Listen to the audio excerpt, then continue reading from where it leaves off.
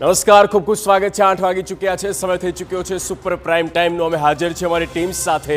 હું છું જગદીશ અને સુપર પ્રાઇમ ટાઈમમાં સૌથી પહેલા વાત કરવાના છીએ ઓગસ્ટમાં ધોધમાર વરસાદની આગાહી આપવામાં આવી છે અને વાત આપણા ગુજરાતની કરીએ, ગુજરાતની જીવાદોરીની પણ કરવાની છે।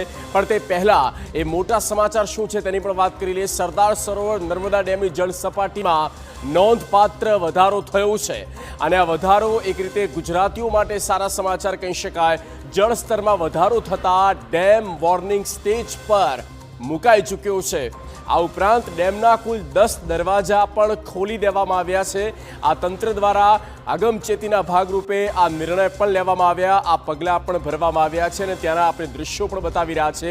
10 દરવાજામાંથી 1,39,000 ક્યુસેક પાણી છોડવામાં આવ્યું છે અને નર્મદા ડેમની જળ સપાટીમાં જુઓ કઈ રીતે સતત વધારો થઈ રહ્યો છે। છેલ્લા ઘણા સમયથી મધ્યપ્રદેશમાં ભારે વરસાદ છે અને મધ્યપ્રદેશનો ભારે વરસાદ પણ અને તેના કારણે આ પાણી જે છે તે આ તરફ આવતું હોય છે અને જેના કારણે નર્મદા સરદાર સરોવર જે ડેમ છે, નર્મદા ડેમ છે, તેમાં વધારો થયો છે, તેના જળસ્તરમાં વધારો થયો છે।